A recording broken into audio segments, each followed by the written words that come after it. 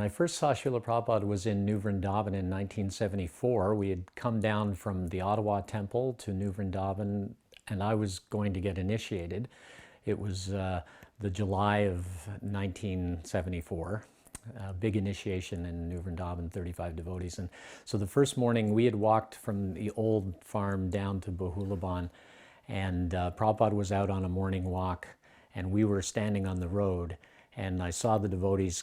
They were coming down from the upper area of New Vrindavan down towards Bahulaban, and then there's a little rise in the road, and so we couldn't, but we started to see the tops of the dundas, and then, you know, a few heads of the devotees, and I was wondering, where's Prabhupada? Where's Prabhupada? And all of a sudden this small, I always thought, I had seen pictures of Prabhupada on the walls in Ottawa and everything, and I always thought Prabhupada was going to be huge, and the way he spoke with such grandeur and emphasis on Krishna, and just the way he spoke made him seem magnificent.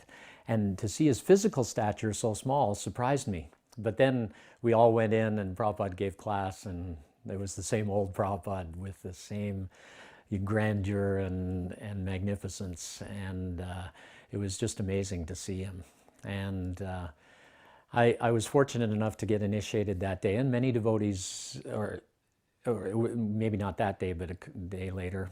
And many devotees in the beginning didn't understand Prabhupada speaking, and I had only been a devotee for about 3.5 months, so I was pretty well down with what Srila Prabhupada was saying, but when he actually handed me my beads, I couldn't understand what he had said. And I was like, uh-oh, I don't know my name. And I took my beads and I walked away, and I was like, I don't even know who I am. And it wasn't until I went to see Jagadish later, and Jagadish had been speaking with Prabhupada the night before, and he had written down the name that I was to get. And he said, your name is Krishnadas Kaviraj Das. And I said, it clicked now, it suddenly clicked what Prabhupada had said, and he said, your name is Krishnadas Das.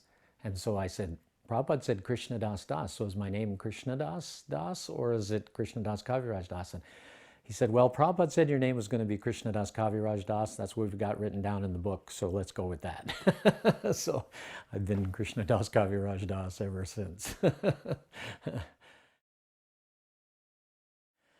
I remember in 1976, we were there in Mayapur with all the devotees, and Srila Prabhupada was getting ready to go to Nrsimhapol, where Lord Nrsimhadev appears in Navadvip. And there was a big kirtan going on, and Prabhupada's car was parked right at the bottom of the stairs of the Lotus building. And Lakshminath Prabhu and I were standing right beside the window where Srila Prabhupada was looking up at us right outside the car. And so we were chanting and dancing, and Prabhupada was appreciating the kirtan, and they were just about to drive away, and Hari Sari jumped out of the car and said, we don't have Prabhupada's cane. Somebody ran up, got Prabhupada's cane, and brought it down, and then they were about to drive away again, and all of a sudden Hari Sari jumps out, and we don't have Prabhupada's sweater. Somebody ran up, got Prabhupada's sweater, came down, they were about to drive away again, and he said, we don't have any water.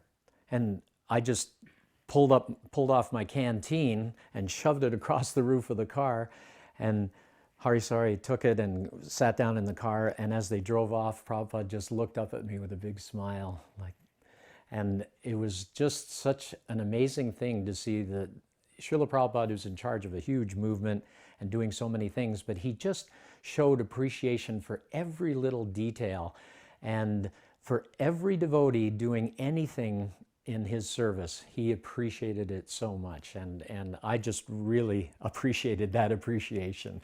It was wonderful. And it was a bit of a sacrifice, because in those days there was no bottled water, and I was without anything to carry. You know, I used to go down and get it from the Ganga, and now I was without water, so. But it was, I gave it to Prabhupada, and that was it. I was happy, very happy.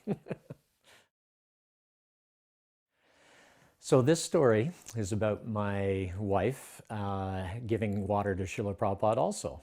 And it was 1975, and Srila Prabhupada was arriving at the Gerrard Street Temple in Toronto, and he was at the airport and was coming back, and my wife had stayed back with just a couple of devotees to help make sure everything was totally ready for Srila Prabhupada.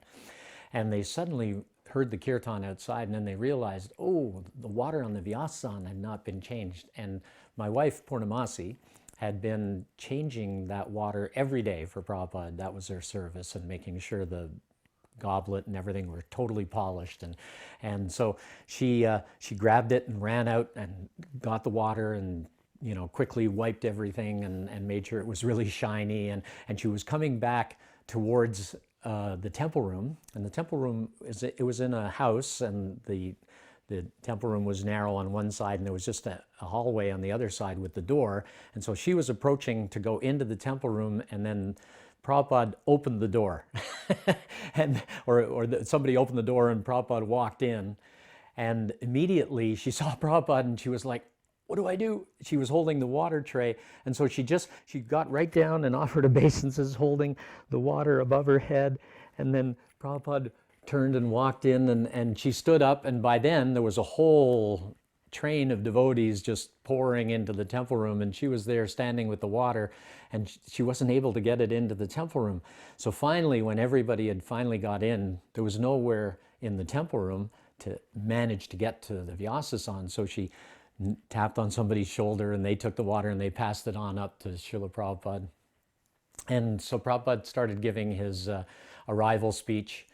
And as he was speaking, he suddenly said, water. And so they poured some water for him. And Srila Prabhupada took the water, and he was, as he often did, he just poured it into his mouth.